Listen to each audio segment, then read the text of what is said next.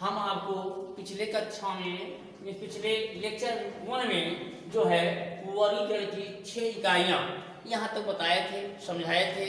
आज online class के माध्यम से मैं अशोक कुमार यादव आर्यस आनंद यशस संस्कार शिक्षण संस्थान बहरिया मेलाहा बहरिया प्रयागराज से आपको अब आज ऑनलाइन माध्यम से हम लेक्चर 2 जो है चैप्टर मीन्स पाठ का नाम जीव विविधता को आगे बढ़ाते हुए आज हम लेक्चर 2 स्टार्ट कर रहे हैं। पिछले लेक्चर में आपका हम जो है इकाई जो है वर्गीकरण की इकाइयाँ जो 6 में बांटी गई थी उसे आगे हम बता रहे हैं। अब बच्चों आपका है वर्गीकरण की इकाइयाँ। वर्गीकरण आप जानते हो, इकाइयाँ जो है वर्गीकरण किसे लाया? लीनियस ने जो है वैज्ञानिक कार्ल लीनियस ने वर्गीकरण लाया। क्योंकि इसमें सभी जीवधारियों को हम अच्छी तरह से उनके बारे में जो है पढ़ सकते हैं, जानकारी ले सकते हैं कम समय में, समय की बचत। और जो है अब लीनियस ने कुल 6 इकाइयाँ बनाई हैं। वो 6 इकाइयाँ कौन हैं? जाति, वंश, कुल, गण, वर्ग, संघ। इस तरह से जो है पहली जो है इकाई जाति, फिर वंश, उसके आगे कुल, गण, वर्ग, संघ। इस तरह से 6 इकाइयां बनाई गई हैं। अब जो है जाति में इन्होंने जो है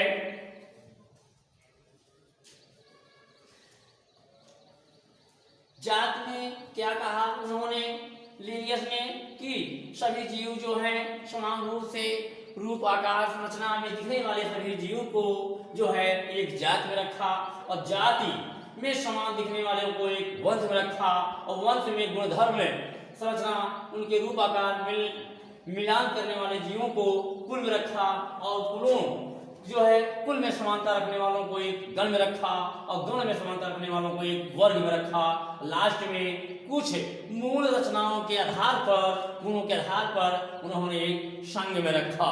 इस तरह से बच्चों जो है वर्गीकरण की इकाइयां हमारी 6 मानी गई हैं: जात, वंश, कुल, गण, वर्ग, संघ। अब आगे हम चलते हैं बच्चों। वर्गीकरण का आधार, वर्गीकरण का आधार जो वैज्ञानिक कार्ल लीनियस ने वर्गीकरण लाए उसका आधार क्या होगा? तो उसका आधार था जो है उसके आधार निम्न है। नंबर 1 आपका है द्विजगत वर्गीकरण। द्विजगत नाम ही से मालूम बच्चों, द्विजगत वर्गीकरण। द्वि में 2 कर रहा है। द्विजगत में क्या है आपका? पादप और जंतु। पादप जगत और जंतु जगत, 2 जगत में बांटे। सबसे पहले सभी जीवधारियों को, इस संसार में जितने जीवधारी पाए गए उनको 2 भागों में बांटे। किसमें? पादप जगत और जंतु जगत। पादप जगत और जंतु जगत को है किन लक्षणों के आधार पे संस्कृत जो है जीवधारियों को पादप और जंतु जगत में बांटे? वो लक्षण जो हैं निम्न हैं। जैसे आपका पहला है कोशिका भित्ति।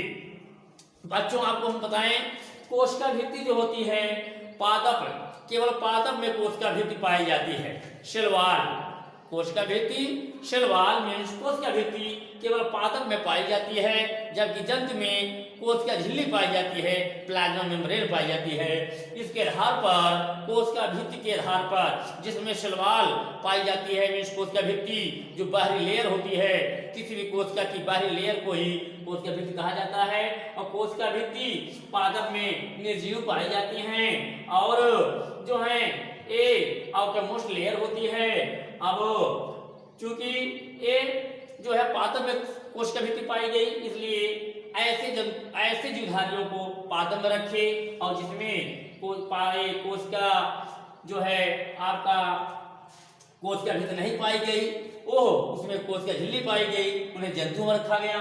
और सेकंड लक्षण था हरित लवक। हरित लवक बच्चों क्या होता है? हरित लवक क्लोरोफिल। हरित लवक मीन्स पेड़ पौधे में ही हरित लवक पाया जाता है। अब उन्होंने देखा कि ऐसे सजीव जिसमें हरित लवक पाए गए उनको जो है पादप कहा, पादप जगत में रखा। जो है हरित लवक पाए जाने वाले सभी जगह जिन्हें पाए गए हैं उसको पादप जगत में रखा। इसको जो है अर्थात हरित लवक का मुख्य कार्य होता है, क्या होता है, हरित लवक के कारण। बच्चों हरित लवक क्या है?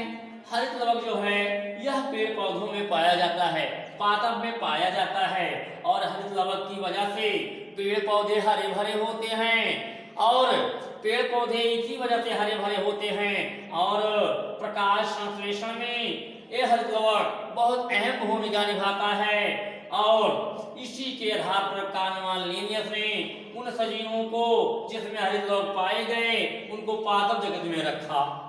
और जो है अगला है आपका पोषण विधि। पोषण विधि के आधार पर भी समस्त जीवधारियों को जो है वैज्ञानिक ने लिनियस ने जो है उनको पादप और जन जगत में रखा। जैसे जो है पेड़ पौधे स्वपोषी होते हैं। अब बच्चों स्वपोषी क्या होता है इसके बारे में आप थोड़ा जानकारी ले लें। स्वपोषी वे होते हैं, स्वपोषी अंग्रेजी में इनको ऑटोट्रॉफिक कहा जाता है। स्वपोषी वे होते हैं जो अपना भोजन स्वयं बनाते हैं, स्वपोषी कहलाते हैं। अर्थात सभी पादप सभी वनस्पतियां स्वपोषी होती हैं। और परपोषी वे होते हैं, इंग्लिश में हेटेरोट्रॉफिक कहा जाता है। परपोषी वे होते हैं जो अपना भोजन स्वयं नहीं बना पाते, परपोषी कहलाते हैं। जैसे सभी जंतु स्वपोषी में सभी पादप सभी वनस्पतियों को रखा गया है, जबकि परपोषी में जो है सभी जंतुओं को रखा गया है। ये हमारा है स्वपोषी और परपोषी। अब बच्चों ये तो पोषण विधि है। तो ऐसे जीवधारी जो अपना भोजन स्वयं बना ले स्वपोषी कहलाए, उनको पादप जगत में रखा गया। और ऐसे प्राणी जो अपना भोजन, ऐसे जीवधारी जो अपना भोजन स्वयं नहीं बना पाए, भोजन के लिए दूसरे के जीवधारियों के ऊपर डिपेंड थे, वो जो है उनको जो है जल जगत में रखा गया। अब अगला पॉइंट आता है प्रचलन। गति, मोशन, लोकोमोशन के आधार पर भी जो है इन्हें जो है द्विजगत वर्गीकरण के आधार पर, पादप और जंतु के आधार पर, प्रचलन के आधार पर इनको जो है देखे कि जिन जीवधारियों में प्रचलन होता है उसे जंतु जगत में रखा और जिनमें प्रचलन नहीं होता है उसको पादप जगत में रखे। अर्थात प्रिय बच्चों पेड़ पौधे में प्रचलन नहीं पाया जाता है, पादपों में प्रचलन नहीं पाया जाता है, जबकि जंतुओं में प्रचलन पाया जाता है, लोकोमोशन पाया जाता है। प्रचलन क्या है? What is locomotion? प्रचलन वह क्रिया होती है जिसमें जीवधारी एक स्थान से दूसरे स्थान पे जाता है, वह क्रिया प्रचलन कहलाती है। अर्थात प्रचलन जो होता है ये प्रचलन जंतुओं में पाया जाता है, इसलिए जो प्रचलन कर रहे थे उनको जंतु जगत में रखा गया और जिसमें प्रचलन क्रिया नहीं पाई गई उसे पादप में रखा गया। और बच्चों अगला आता है हमारा वृद्धि के आधार पर भी पादप जगत और जंतु जगत में रखा गया इनको। कैसे कि जो है बच्चों पौधों में वृद्धि अनियमित लाइफ टाइम होती है, अनियमित होती है, अनलिमिटेड होती है। ए पौधे जैसे कोई बीज आप बो देते हैं, बीज को बो देते हैं, जब वो उगता है, उगने के बाद अपने वो जिस पौधे का बीज है उसके आकार का वो बड़ा होता चला जाता है और लाइफ पूरे जीवन वो वृद्धि करता रहता है, क्योंकि इसमें विभाज्य ऊतक पाया जाता है। कौन ऊतक? विभाज्य ऊतक। बच्चों ऊतक किसे कहते हैं? एक शब्द आया है ऊतक। ऊतक किसे कहते हैं? ऊतक वह है कोशिकाओं के समूह को ऊतक कहा जाता है। किसे? कोशिकाओं के समूह को ऊतक कहा जाता है। तो इसमें पादपों में विभाज्य ऊतक पाया जाता है, जबकि जंतुओं में नहीं पाया जाता है। इसी कारण विभाज्य ऊतक के कारण यह जो है लाइफ जीवन प्रयत्न इसमें वृद्धि होती रहती है, जबकि जंतुओं में वृद्धि एक निश्चित समय तक होती है। अब बच्चों हम ये तो रहा है आपका द्विजगत वर्गीकरण के आधार पर जो है पादप जगत और जंतु जगत बनाया गया। लेकिन आगे विकास जब हुआ और विकसित हुआ तो ये जो है हमारा वर्गीकरण और आगे बढ़ा। अब हम आगे क्या है उसके बारे में चर्चा करते हैं।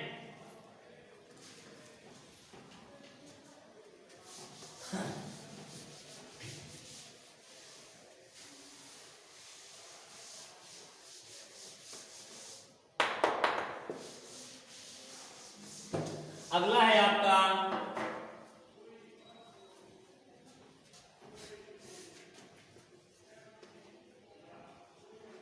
आकोशकीय, आकोशकीय, एक कोशकीय, आकोशकीय, एक कोशकीय,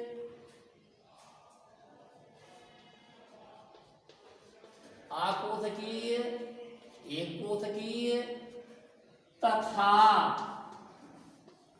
बहुकोशकीय।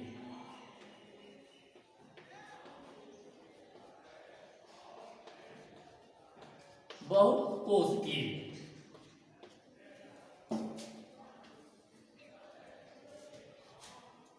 अब बच्चों देखें, आकोशकीय, एक कोशकीय, बहुकोशकीय, इसके आधार पर वर्गीकरण किया गया।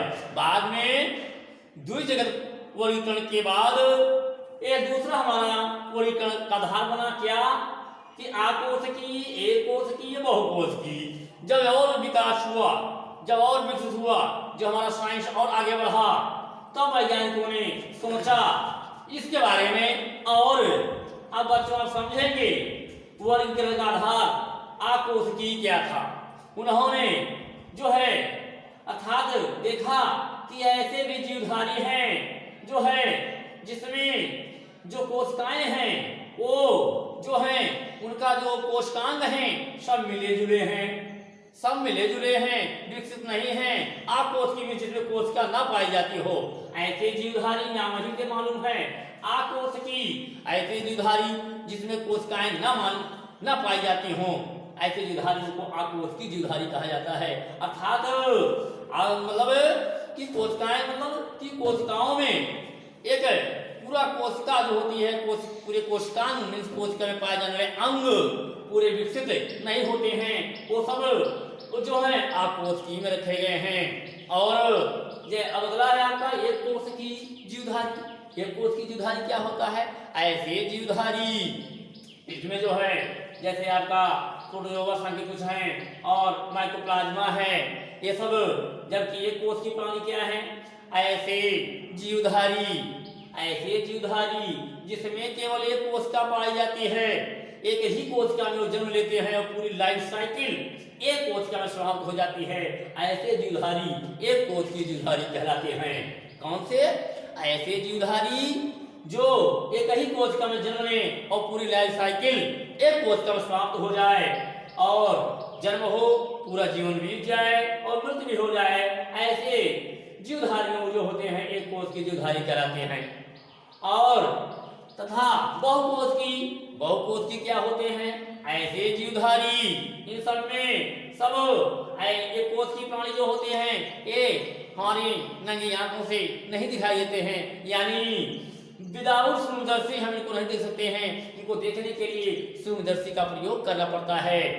अर्थात जैसे संघ प्रोटोजोआ के प्राणी हैं, नीली हरी शैवाल, वालवाक्स प्रोटोजोआ के हैं, पैरामीशियम, अमीबा, यूलिना आदि। और बहुकोश की प्राणी क्या हैं? ऐसे प्राणी या ऐसे जीव, बहुकोश की ऐसे जीव कहलाते हैं जिसमें दो या दो से अधिक कोशिकाएं पाई जाती हैं, बहुकोश की जीव कहलाते हैं। हजारों लाखों अरबों खरबों कोशिकाएं पाई जाती हैं, बहुकोश की जीव कहलाता है। जैसे जिसको कि हम विदाउट माइक्रोस्कोप बगैर सूर्यदर्शी के भी देख सकते हैं, ऐसे जीवधारी बहुकोश की जीवधारी कहलाते हैं। और उनमें जो है जैसे कीड़े मकोड़े, गाय भैंस बकरी मानव आदि बड़े बड़े वृक्ष आदि को बहुकोश की जीवधारी कहा जाता है। तो वर्गीकरण के इस क्रम में जो है जो जिसमें कोशिकाएं विकसित नहीं हैं, जो पूरा शरीर ही विदाउट कोशिका है, उनको अकोशिकीय में रखा गया। और जो एक कोशिका वाले थे उनको एक कोशिका में रखा गया, एक कोशिकीय में रखा गया। और जिसमें बहुत सी कोशिकाएं थी जो विकसित जीव थे, जीवधारी थे, उसको बहुकोशिकीय में रखा गया। इस तरह से सेकंड हमारा था। अब आगे बच्चों चलते हैं हम तीसरे पॉइंट पे।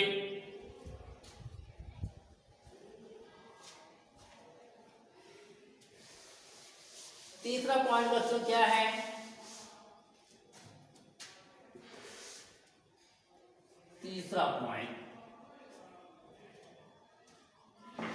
संगठन के आधार पर वर्गीकरण।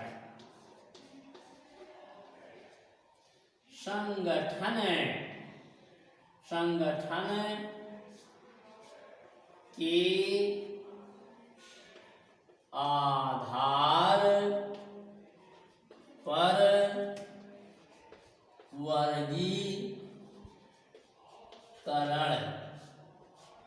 संगठन के आधार पर वर्गीकरण बच्चों ये दिया गया।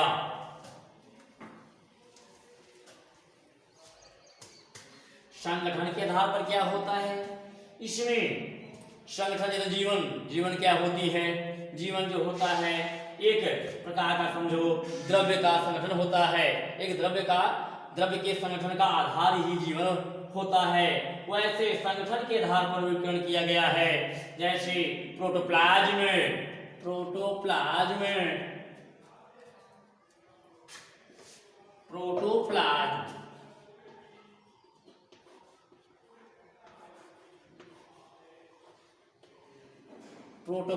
इसे हिंदी में जीव द्रव्य कहते हैं। जीव द्रव्य देखो, प्रोटास मीन्स होता है फर्स्ट मीन्स होता है प्रथम। और प्लाज्मा मीन्स होता है a kind of substance. Kind of substance, एक प्रकार का पदार्थ।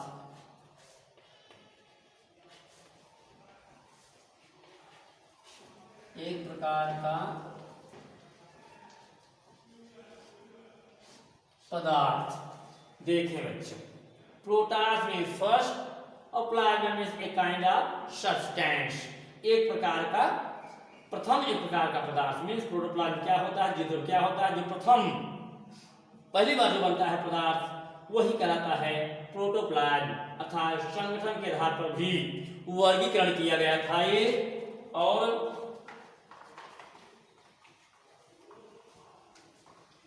इसमें किन जीवों को रखा गया है आपका, इसमें भी आपका प्रोटोजोआ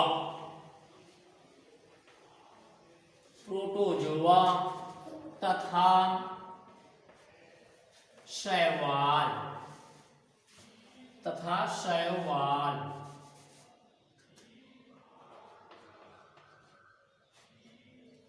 प्रोटोजोआ तथा शैवाल में भी जो होता है जीव द्रव्य का के तरह संगठन पाया जाता है। अर्थात संगठन के आधार पर इनका वर्गीकरण किया गया है। अब चौथा हमारा है,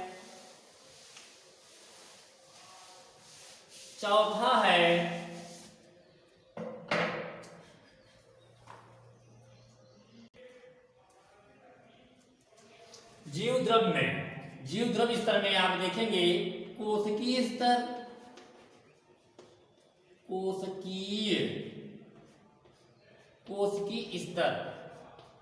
और अंग स्तर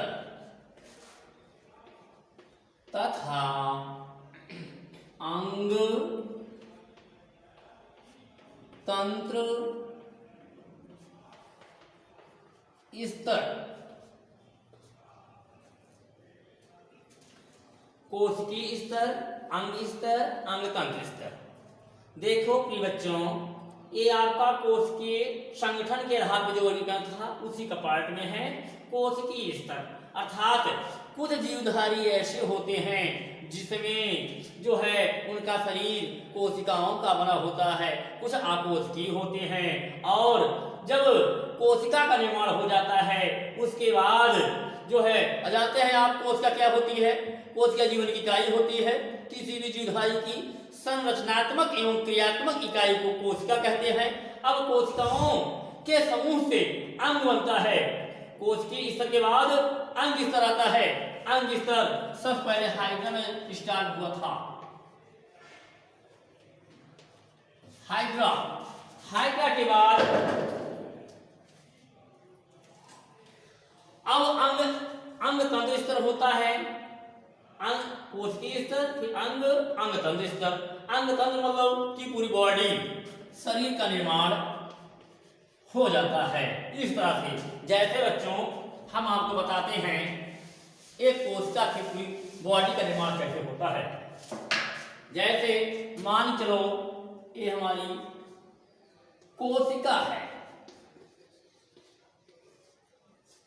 कोशिका जब मेल फीमेल सेक्स ऑर्गन्स मिलते हैं, शुक्राणु और अंडाणु फ्यूज करता है, तब जाकर के ये हमारा जो जाइगोट बनता है, यूनिट बनता है, ओह अब एक कोशिका का रूप धारण कर लेता है। वो जब ये कोशिका बन जाती है, यही ये कोशिका जो होता है 1 से 2, फिर 2 से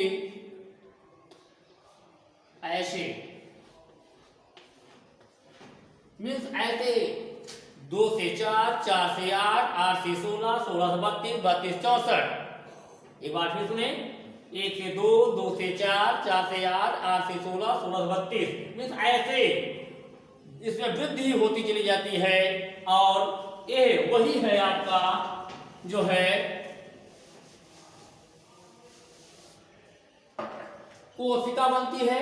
कोशिका के बाद आपका ऊतक बनता है। ऊतक, ऊतक के बाद अंग बनता है।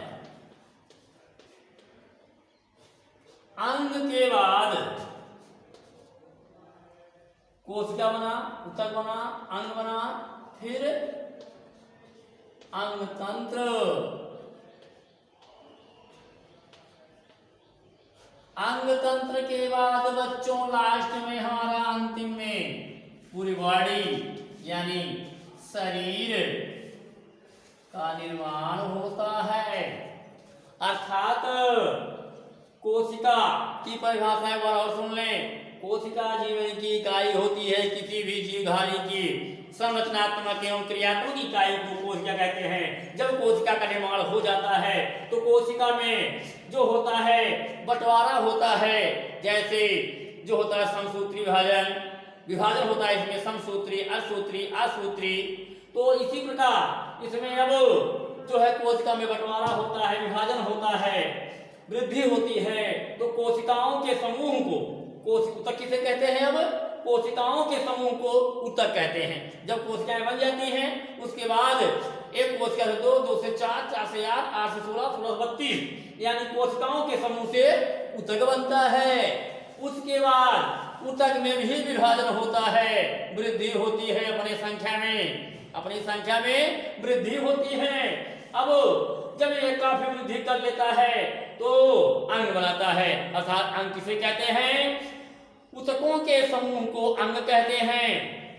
ऊतकों के समूह को अंग कहते हैं। उसके बाद अंग बन जाने के बाद अंग तंत्र बनता है। चाहे जो जीवधारी हो, वनस्पति हो चाहे जंतु हो, अंग तंत्र बनता है। अंग तंत्र क्या है? अंगों के समूह को अंग तंत्र कहते हैं। अब अंग तंत्र के बाद अंग तंत्रों के समूह से, अंगों के समूह से अंग तंत्र बना। अब अंग तंत्र के समूह से पूरी बॉडी का निर्माण होता है, शरीर का निर्माण होता है। अर्थात कोशिकाओं के समूह से ऊतक बना, ऊतक के समूह से अंग बना और अंग के समूह से अंग तंत्र का निर्माण हुआ। अंग तंत्र के समूह से पूरी बॉडी यानी शरीर का निर्माण हुआ। इस तरह से पूरी बॉडी, शरीर, वह जीवधारी का शरीर का निर्माण हो जाता है। बच्चों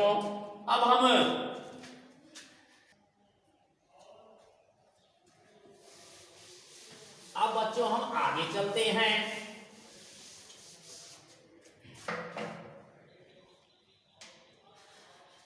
अब बच्चों अगला है आपका 5 जगत। 5 जगत, 5 जगत वर्गीकरण।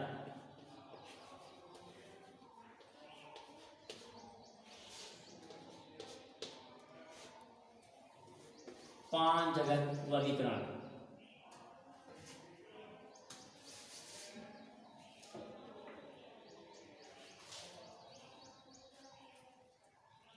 वैज्ञानिक हैं आर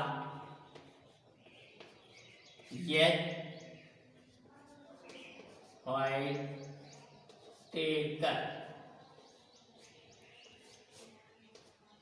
एक वैज्ञानिक हैं, 5 जगत वर्गीकरण कौन लाए?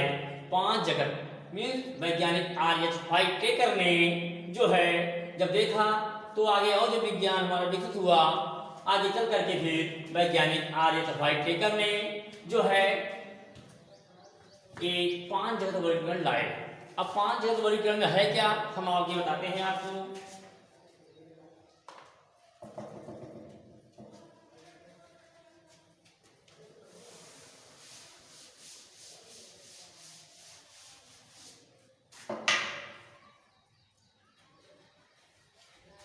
इसमें आपका 5 जगत में पहला मोनेरा, दूसरा प्रोटिस्टा, तीसरा कवक,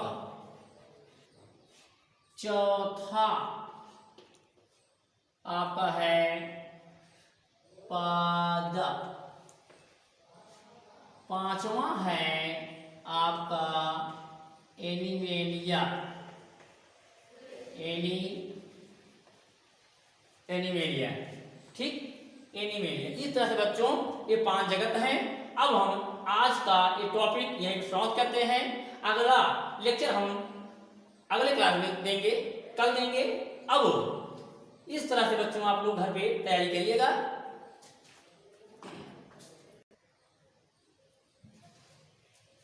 प्रिय बच्चों, अब इस चैनल को ऑनलाइन के माध्यम से शिक्षण चल रहा है सरकार, इस चैनल को आप सब्सक्राइब करिएगा और आगे आपको लेक्चर ऐसे मिलता रहेगा।